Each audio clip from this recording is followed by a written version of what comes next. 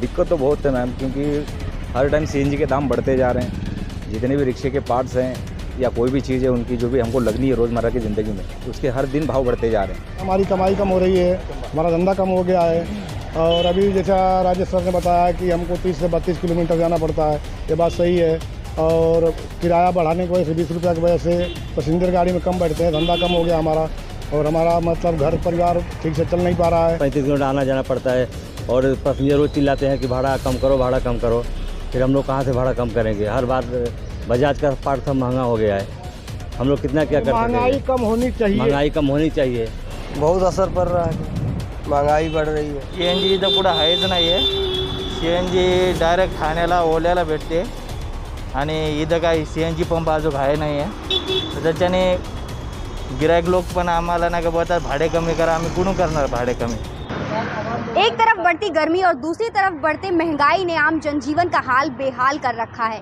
सब्जी, petrol, diesel के दाम, सीएनजी के दाम बढ़ते जा रहे हैं। इसको लेकर वाहन चालक काफ़ी नाराज़ नजर आ रहे हैं। इस वक्त हमारे साथ मौजूद है कुछ वाहन चालक, हम उनसे बातचीत करेंगे और जानेंगे कि उनका क्या कहना है इस विषय को लेकर। क्या नाम है आपका? राजेश पारवे। जिस तरह से सीएनजी, पेट्रोल, डीजल के दाम बढ़ गए, सीएनजी के दाम बढ़ गए, इससे कितनी दिक्कत होती है? दिक्कत तो बहुत है मैम, क्योंकि हर टाइम सीएनजी के दाम बढ़ते जा रहे हैं। जितने भी रिक्शे के पार्ट्स हैं या कोई भी चीज़ है उनकी जो भी हमको लगनी है रोज़मर्रा की ज़िंदगी में, उसके हर दिन भाव बढ़ते जा रहे हैं। और सीएनजी भरने के लिए हमको कम से कम यहाँ से 30 से 35 किलोमीटर जाना पड़ता है, जो कि जाने आने में हमारा आधा दिन निकल जाता है। धंधा तो अभी है नहीं, प्लस भाड़ा 20 रुपये होने की वजह से पैसेंजर का जो रुकाव है हमारी तरफ वो दूर हो चुका है, क्योंकि पैसेंजर अब रिक्शे में नहीं बैठ रहे। उनका कहना है कि भाड़ा आपका ज़्यादा है, बट हम भी क्या कर सकते हैं उसके लिए, क्योंकि सीएनजी का भाव इतना बढ़ा हुआ है तो हम मेंटेन नहीं कर पा रहे हैं। गाड़ी का मेंटेन करें या फिर ये सीएनजी का भाव मेंटेन करें, इसकी वजह से कुछ बहुत तकलीफ हो रही है। कि रिक्शा लाइन में भी ऐसा लगा है कि छोड़ के कहीं गाँव ही चले जाओ या गाँव जाके बस जाओ। चलाने की इच्छा नहीं हो रही, बट क्या करें, अब लिए हैं, उसके बाद लोन है, लोन भी पेड करना है। कंपनी भी है जो कि लोन नहीं भरे तो गाड़ी खींच के लेके जा रही, फिर इसी के ऊपर हमारे घर परिवार चल रहे हैं। तो हर चीज़ है कि हमने को करनी है, बट अभी सीएनजी की वजह से तो तकलीफ बहुत हो रही है। किराया बढ़ा नहीं सकते, पैसेंजर्स को होगी दिक्कत। एक तरफ सीएनजी के बढ़ते दाम, इससे कितना दिक्कत हो रहा है? बहुत दिक्कत हो रही है। अभी सीएनजी के दाम बढ़ने से हमारी कमाई कम हो रही है, हमारा धंधा कम हो गया है। और अभी जैसा राज्य सरकार ने बताया कि हमको 30 से 32 किलोमीटर जाना पड़ता है, ये बात सही है। और किराया बढ़ाने की वजह से 20 रुपये की वजह से पैसेंजर गाड़ी में कम बैठते हैं, धंधा कम हो गया हमारा।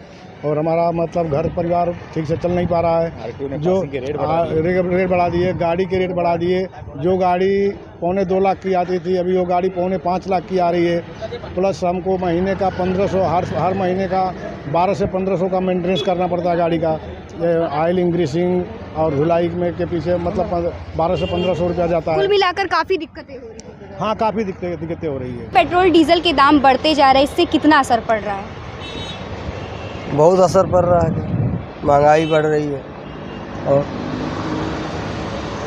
इसके अलावा आप सरकार, केंद्र सरकार, राज्य सरकार से क्या कहना चाहेंगे? पेट्रोल और सीएनजी सस्ता करे चाहते और क्या करेंगे? पेट्रोल, डीजल, सीएनजी के दाम बढ़ गए हैं, इस विषय को लेकर क्या कहना है आपका? इससे कितना असर पड़ रहा है? बहुत असर पड रहा आहे, म्हणजे खूप असर पडतो आहे.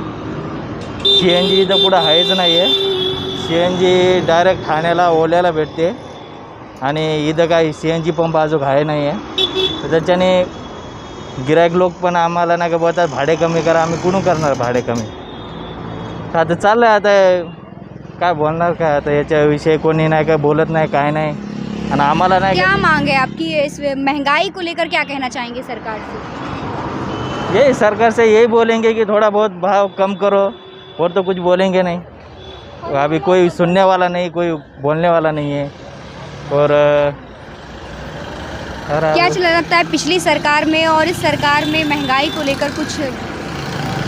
पिछली सरकार में बोलेगा तो भाव थोड़ा नहीं क्या अच्छा था, लेकिन अभी कोरोना के टाइम पर सबका भाव बढ़ गया है ना। तो अभी ये सरकार तो क्या करेगी? ऐसा है, सब सरकार का बोलेगा तो अलग अलग निवेदन रहता है, लेकिन ये सरकार का बोलेंगे तो कुछ यही नहीं, मतलब कहीं ना कहीं आपका ये कहना है कि सरकार को इस पर ध्यान देना चाहिए। हाँ, सरकार को ऐसा ही ध्यान देना चाहिए कि ये डीजल और पेट्रोल के भाव और सीएनजी के भाव बहुत बढ़ रहे हैं, दिन पे दिन बढ़ते ही जा रहा है, तो थोड़ा कम करना चाहिए और कुछ सरकार से, केंद्र सरकार और राज्य सरकार से क्या मांगे आप? हम लोगों को बहुत प्रॉब्लम है, सीएनजी के लिए बहुत प्रॉब्लम है। 30-35 किलोमीटर आना जाना पड़ता है और पैसेंजर रोज चिल्लाते हैं कि भाड़ा कम करो, भाड़ा कम करो। फिर हम लोग कहाँ से भाड़ा कम करेंगे? हर बात बजाज का पार्ट सब महंगा हो गया है। हम लोग कितना क्या कर सकते हैं? महंगाई कम होनी चाहिए। महंगाई कम होनी चाहिए। हम महंगाई लोगों के पर- बारे में कोई सोचता नहीं, हमारा क्या करेंगे? आरटीओ अलग परेशान करती है उधर। आरटीओ ने इतने चार्जेस बढ़ा दिए हैं। अभी पहले जो 700-800 में जो पासिंग होती थी गाड़ी की, उस पासिंग के लिए अब 1500-1600 रुपये लग रहे हैं। जो मीटर हमको 1000-1100 रुपये में आता था, उस मीटर का भाव अभी 2000 रुपये हो गया। टायर जो हम इससे पहले खरीदते थे तो 850-900 रुपये में टायर आता था, जो कि वो 1 साल चलता था। अब अगर कोई भी टायर खरीद रहे हैं तो कम से कम 1200-1300 रुपये का आता है और वो टायर 6 महीने से ज़्यादा चलता नहीं। ये तो प्रॉब्लम हुई हमारी। बट अगर पैसेंजर के नज़र से देखा जाए कि तुम भाड़ा ज़्यादा ले रहे हो, तो भाड़ा अगर हम ज़्यादा नहीं लेंगे तो बाकी की जो चीज़ें ये हम कैसे मेंटेन कर पाएंगे? केंद्र सरकार या राज्य सरकार हो, राज्य सरकार ने अपने दाम घटा दिए, 6 रुपये कम कर दी सीएनजी, बट उसी जगह पे दूसरे या तीसरे दिन केंद्र सरकार ने 7 रुपये सीएनजी बढ़ा दी वहाँ। तो सीएनजी का जो भाव आज से पहले जो कि 49 था, 48 था, आज 75 पर केजी पे मिल रहा है। तो 75 पर केजी पे मिल रहा है। ज़्यादा से ज़्यादा 4 किलो गैस बैठता है हमारा। यहाँ पे सीएनजी प्लांट ज़्यादा है नहीं। जो भी है उनकी या तो लाइट चली गई होती है या तो फिर उनके पास गैस के बाटले कम होते हैं, तो वहाँ पे हमको सीएनजी मिलता ही नहीं है। अब वहाँ जाके हम भर के आते हैं, 4 किलो में बचता है 3 किलो। यहाँ पे हम धंधा कितना करेंगे उसमें? तो इतनी तकलीफ़ें हैं रिक्शा की कि ठीक है, कोई इतने यूनियंस हैं, अध्यक्ष हैं, मेंबर्स हैं, बहुत है, लेकिन रिक्शा की तरफ किसी का भी ध्यान नहीं है। अब आए दिन पैसेंजरों से झगड़े, उनसे किसी भी चीज़ पे पैसे की वजह से मारामारी हो या जो भी चीज़ हो, अनबन होती रहती है। काफ़ी दिक्कत होती है। काफ़ी दिक्कत है इस चीज़ के लिए। प्लस रास्ते हमारे ऐसे हैं कि गाड़ी का मेंटेनेंस हर महीने में हमको 2,500 से 3,000 रुपये मेंटेनेंस अलग से खर्चा आ रहा है, क्योंकि रास्तों की दिक्कत है। हर जगह पे ब्रेकर्स हैं, खड्डे हैं। उसके बाद ट्रैफिक पुलिस अलग से परेशान करती है। उनको अगर बोल रहे हैं कि ऐसा है, किसी की पासिंग नहीं है, कोई लॉकडाउन में गाँव गया था, अभी उनके पास कुछ है नहीं करने के लिए, परमिट के पैसे जो हैं 15-15 हज़ार रुपये लिए जा रहे हैं। हालांकि लॉकडाउन के बाद वो परमिट के पैसे माफ़ कर देने चाहिए सरकार को, बट 15,000 तो ले ही रहे हैं। और जिसने ले टैक्स भरना पड़ता है और जी, महंगाई बिल्कुल, बढ़ती बिल्कुल। जा रही है। महंगाई बढ़ती जा रही है और टैक्स तो इतने भर रहे हैं कि हर चीज़ में टैक्स है। के दाम बढ़ रहे हैं, इसको लेकर वाहन चालकों को कितनी दिक्कत हो रही है, कितना असर पड़ रहा है? बहुत परेशानी से मिलता है भाई गैस, वो भी मिलता भी नहीं है। महंगा तो हो ही रहा जो हो रहा, लेकिन मिलता भी नहीं है। क्या कहना चाहेंगे सरकार से इस महंगाई को लेकर? महंगाई को लेकर यही कहेंगे कि सीमित में हो तो अच्छा है। पब्लिक बहुत परेशान हो जा रही है। तो सुना आपने, आज हमने सीएनजी के बढ़ते दामों को लेकर आज वाहन चालकों से बातचीत की। उन्होंने अपनी अलग अलग प्रतिक्रिया दी। किसी का कहना ऐसा है कि जितनी कमाई नहीं उतना उन्हें खर्चा पड़ जाता है, मेंटेनेंस में उतना उन्हें भरना पड़ता है। कि तो वहीं दूसरे व्यक्ति ने कहा कि मेंटेनेंस को तो भरना ही पड़ता है, इसके साथ साथ ट्रैफिक पुलिस भी उन्हें परेशान करती है, कहाँ से वो भरे। इतनी महंगाई को देखते हुए वाहन चालकों ने राज्य सरकार, केंद्र सरकार से मांग की कि इस महंगाई पर जोर दिया जाना चाहिए। इस महंगाई को ध्यान में रखते हुए आम जनजीवन के लिए कोई उपाय निकालना चाहिए। अभी के लिए इतना ही, फिर होगी मुलाकात, तब तक के लिए नमस्कार।